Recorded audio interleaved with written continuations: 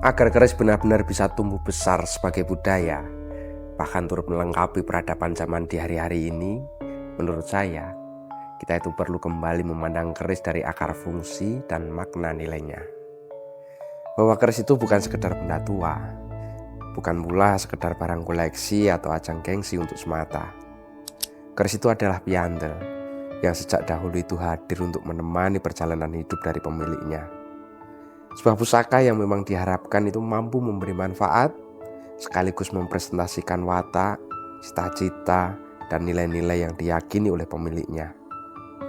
Karena itu, yang semestinya kita gali dari keris bukan hanya besi, pamor, atau usia sepuhnya, tetapi juga makna-makna yang terkandung di dalamnya. Di dalamnya juga ada pesan-pesan yang dititipkan oleh para leluhur kita, ada pitutur-pitutur yang diwariskan dari generasi ke generasi.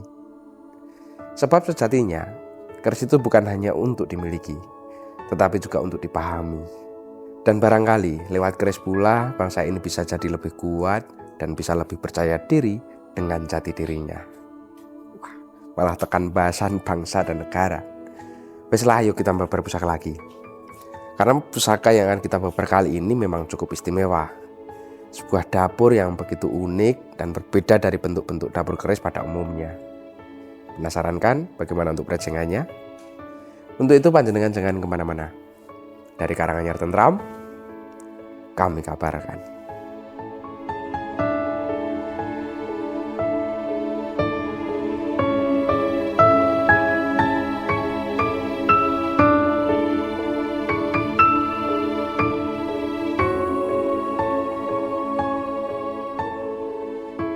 Pusaka dengan busana Gayaman Surakarta.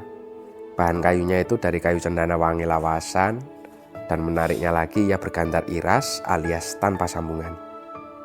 Seperti yang kita ketahui, warongko cendana wangi sendiri itu merupakan salah satu warongko yang memang begitu berkelas dari segi bahan.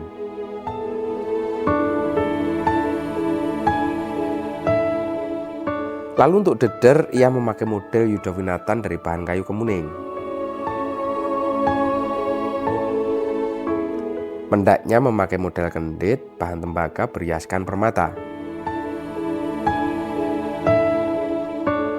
Lalu untuk pendoknya, memakai model bleweh bahan gongso lawasan.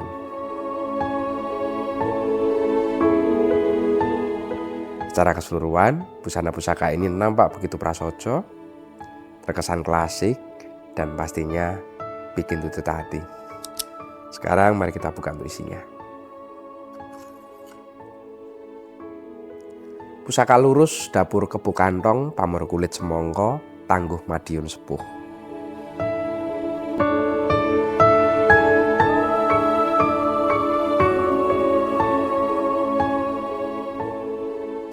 Ini adalah salah satu varian dapur keris yang begitu unik. Jika kebanyakan kita melihat keris-keris itu sekar kacangnya berada di bawah atau di bagian sor-soran. Namun berbeda dengan keris yang satu ini, Kebo Kantong. Rician seperti sekar kacang, jalen, bahkan lambe gajahnya itu berada di pertengahan bilahnya. Bisa panjenengan pirsani.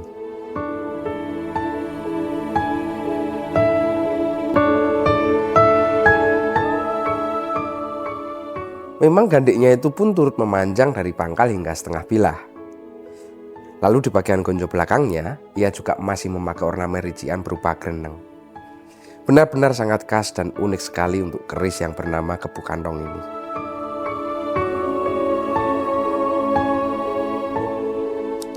Kebo atau kerbau memang sejak dahulu itu dikenal sebagai sahabat petani.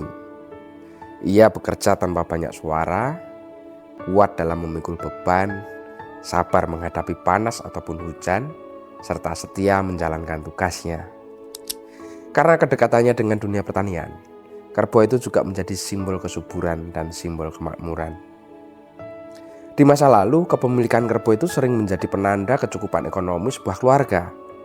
Karena memang hewan ini membantu mengolah sawah yang menjadi sumber kehidupan masyarakat. Selain melambangkan kerja keras, kerbau itu juga mencerminkan ketenangan batin. Wataknya yang tenang, tidak mudah panik, dan bergerak dengan mantap menjadi perlambang sikap hidup yang tidak mudah goyah oleh keadaan apapun.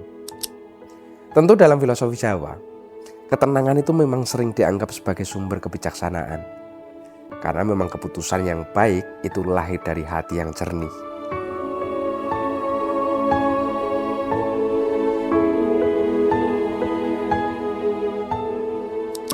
Sementara itu, kata kantong itu dimaknai sebagai wadah ataupun tempat menyimpan sesuatu yang memang berharga.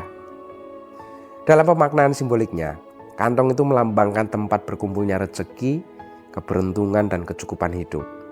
Bukan hanya soal memperolehnya, tetapi juga kemampuan untuk menjaga, mengelola, dan memanfaatkannya apa yang telah didapat, tentu agar terus menjadi memberi manfaat.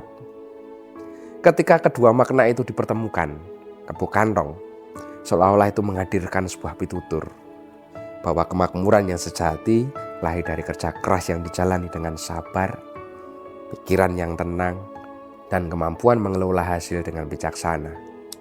Menarik sekali ya. Apalagi jika pusaka ini tangguhnya adalah Madiun Sepuh.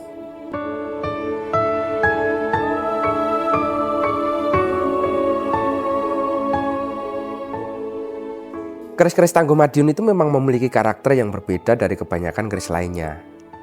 Hal-hal yang memang sering disebut wagu, bahkan terkesan aneh pada keris Madiun, itu malah justru menjadi daya tarik dan karakternya tersendiri. Jika dibersani, tampilannya memang tidak mewah, cenderungnya itu memang sederhana. Pamornya pun juga tidak mencolok sebagaimana keris-keris era Mataram. Bahkan rincian-rincian dibuat dengan sederhana, dan kadang itu terasa apa adanya. Namun jika dilihat dari sisi rasa, keris Madiun itu malah justru tampil dengan berbeda. Ia seperti ingin membentuk watak daripada rupa. Ia seperti ingin membentuk hati daripada wajahnya. Ia juga seperti ingin membentuk isi daripada kulitnya. Dan mungkin karena itulah, keris tangguh Madiun sering dianggap memiliki perbawanya yang luar biasa tinggi. Bahkan bagi sebagian pecinta esoteri, keris-keris Madiun itu kerap meninggalkan kesan angger dan kegirisi. Dan memang sisi esoteris inilah yang memang diyakini lebih menonjol pada keris-keris tangguh Madiun. Maka tak heran jika sejarah Madiun itu sangat erat kaitannya dengan pusaka-pusaka yang memang dianggap bertuah. Bahkan zaman dahulu, Sekaliber Mataram pada masa Panembahan Senopati itu pernah mengalami 2 kali kegagalan, terutama dalam menundukkan Purubaya atau Madiun, yakni pada tahun 1587 dan tahun 1589. Dalam berbagai kisah tutur, hal tersebut sering dikaitkan dengan tuah sebilah pusaka yang memang mempunyai gelar Kanjeng Kiai Kolo Gumarang. Hingga akhirnya melalui taktik pura-pura takluk dan pendekatan yang lebih halus, ekspansi dari Mataram barulah membuahkan hasil.